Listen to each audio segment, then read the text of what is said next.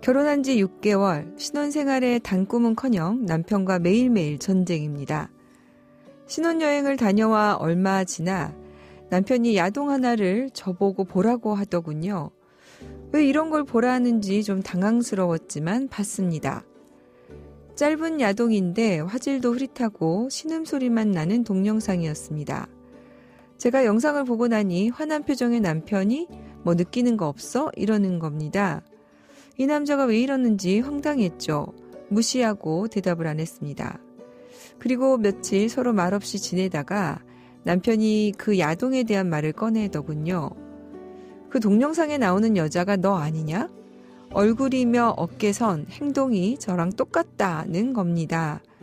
너무 기가 막혀서 말이 제대로 안 나오더라고요. 남편은 거의 확신 수준으로 제가 에로배우 출신이라고 생각하더군요. 저는 억울함이 목까지 차올라 아니라고 소리도 질렀지만 오히려 남편의 의심은 점점 더 심해졌습니다.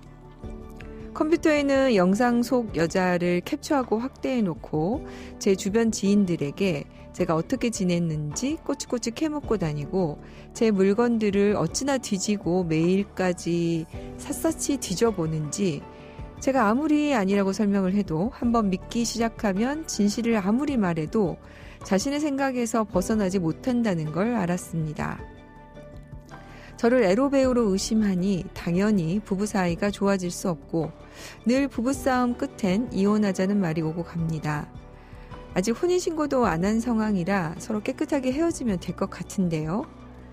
사실 남편네 집이 워낙 바라는 게 많아서 결혼할 때 예물로 들어간 돈만 2억이 됩니다.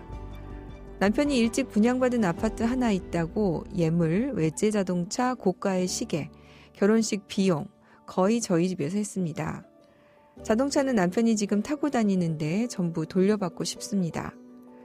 또 남편의 의심으로 괴롭힘 당한 시간들도 보상받고 싶고 제 이메일과 휴대폰은 물론 SNS까지 비밀번호까지 바꿔가며 몰래 보는 남편의 행동도 따끔하게 법적으로 따져보고 싶습니다. 어떻게 하면 될까요?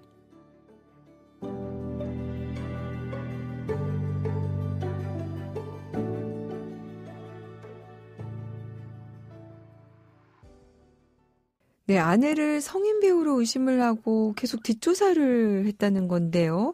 지금 아내를 이렇게 믿지 못하면 결혼 생활을 유지하기는 힘들 것 같습니다. 백수연 변호사님. 네, 아마 굉장히 고통스러울 것 같습니다. 이제 이게 의처증, 보통 의처증이라고 하고 의부증이라고 네. 하는데 이렇게 의처증이나 의부증으로 알려진 부정망상은요. 부인 또는 남편이 상대방의 정조를 의심하는 망상성 장애입니다. 배우자가 이제 정당한 이유도 없이 상대 배우자의 정조를 의심하고 병적으로 집착해서 정상적인 생활이 어려운 경우, 이런 경우 당연히 이혼 사유도 되고요. 위자료 청구도 가능합니다. 네. 근데 사연의 경우는 사실 이제 부정행위를 의심하는 것과는 좀 다르지만 결국 이제 합리적 근거 없이 배우자를 성인 배우라고 믿고 아니라고 아무리 해도 이제 불신하면서 의심하는 상황이거든요. 그러니까요. 네. 배우자 네. 입장, 의심을 받는 배우자 입장에서 보면 자신의 정체성을 완전히 부정당하는 매우 심각한 상황이고요. 당연히 매우 고통스럽고 또 상대를 신뢰하기 어려운 상황일 것 같습니다. 그러니까 남편이 이런 오해가 이제 일시적인 뭐 해프닝으로 끝난 경우는 아닌 걸로 보여서 당연히 함께 결혼 생활을 좀 유지하기는 어렵지 않겠나 싶습니다. 지금 이제 사연자분이 혼인신고를 아직 안 했다고 이렇게 지금 하고 계세요. 자, 이런 경우에 지금 어떻게 관계를 정리하면 될까요?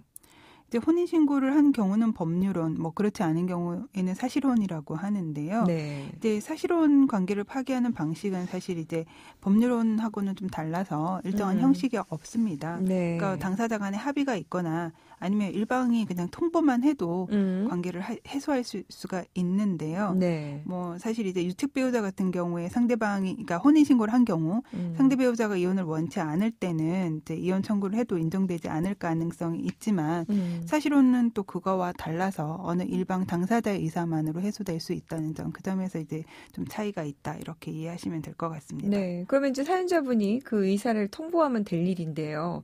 지금 문제는 지금 6개월 정도의 파경을 맞았는데 결혼을 하면서 2억이나 지금 쓰셨다는 거예요. 네. 고가의 시계, 외제 자동차.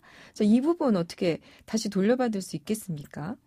이제 이 문제는 이제 사실혼 관계가 언제 파탄됐냐, 그러니까 파탄 시기가 언제냐, 이제 이거에 따라 좀 달라지는데요. 이제 법원은 이제 부부 공동체로서 의미 있는 혼인 생활을 했다고 인정할 수 없을 만큼 네. 단기간에 파탄된 경우에는 이제 파탄 책임이 있는 쪽에 위자료를 지급하도록 하는 것과 별개로 또 이제 결혼식 등 이제 혼인 생활을 위해서 지출한 비용을 불필요하게 지출한 거거든요. 네. 그러니까 불필요하게 지출한 비용 상당을 배상하도록 하고 있습니다. 그러니까 결혼식하고 1개월 만에 남편이 일방적으로 헤어지자고 통보하고 집을 나가서 네. 별거하게 된 사안에서 1개월 만에, 네, 한 달 만에. 그러니까 청첩장 비용이나 스튜디오 촬영 비용, 하객 식대비, 답례품 비용, 신혼여행비 등 포함해서 결혼식에 들어간 비용을 전부 돌려주라고 한 그런 판결도 있었습니다. 네. 근데 이제 요런 결혼식 비용하고 이제 마찬가지로 예물이나 예복 같은 경우는 사실 선물, 증여인데요. 법원은 이런 선물이나 증여를 일종의 이제 결혼 불성립을 해제 조건, 그러니까 쉽게 말하면 그러니까 혼인이 성립되지 않으면 돌려주기로 이제 하고 주는 증여, 선물 이렇게 보거든요. 네. 그러면 이제 사실혼 관계가 단기간에 파탄된 경우에는 혼인 불성립에 준해서 이제 반환되어야 된다. 라고 이렇게 보고 있습니다. 근데 물론 여기서 반환을 구할 수 있는 쪽은 책임이 없는 배우자이고요. 네. 사실혼 파탄에 책임이 있는 배우자는 물론 이제 예물과 예단에 대해서도 반환을 구할 수는 없습니다. 그럼 지금 백 변호사님이 방금 설명해 주신 내용을 우리 사연에 적용을 해보면 지금 혼인관계가 단기간에 파탄이 된 것으로 봐서 그것을 반환해달라 이렇게 할 수 있을까요? 이게 사실 그게 제일 어려운 문제인데요. 네. 이게 일률적으로 이제 몇 개월이면 단기다라고 이제 딱 규정하기가 좀 어렵습니다. 이제 보통 판결을 보면 결혼식하고 한 3개월 안에 파탄된 경우 이제 단기에 파탄된 걸로 보고 이제 사안에 따라서는 이제 법원에 따라 이제 5개월 만에 파탄된 경우에도 단기 파탄으로 본 사례는 있었습니다. 근데 반면에 이제 결혼식하고 한 8개월 아니면 이제 결혼식하고 혼인신고도 하고 한 10개월 만에 파탄이 된 경우에는 혼인 불성립에 준하는 경우가 아니라고 판단해서 예물 반환을 인정하지 않은 경우도 있었습니다. 네. 그럼 이게 이제 사건으로 가게 될 경우에는 이게 단기간 파탄을 인정받기 위해서 그런 주장을 조금 해봐야 되겠군요.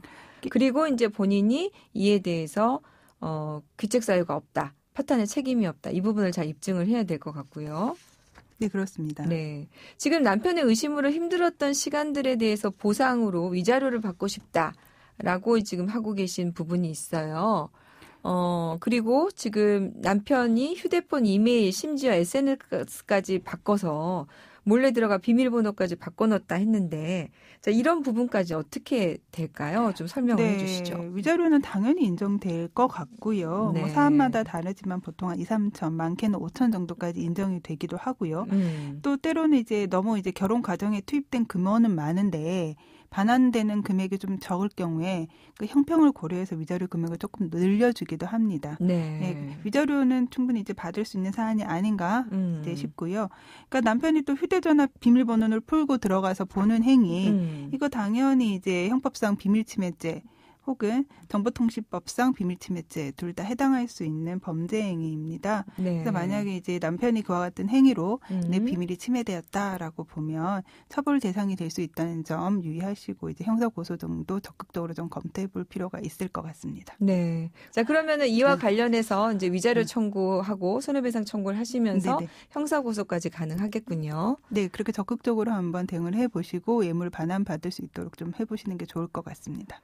네, 오늘도 어려운 사연이었는데요. 백수연 변호사님 도움 말씀 감사합니다. 고맙습니다. 양소영 변호사의 상담소 양담소는 내일 또 문을 엽니다. 끝곡 카펜터스입니다. Yesterday Once More 들려드릴게요. 양소영이었습니다.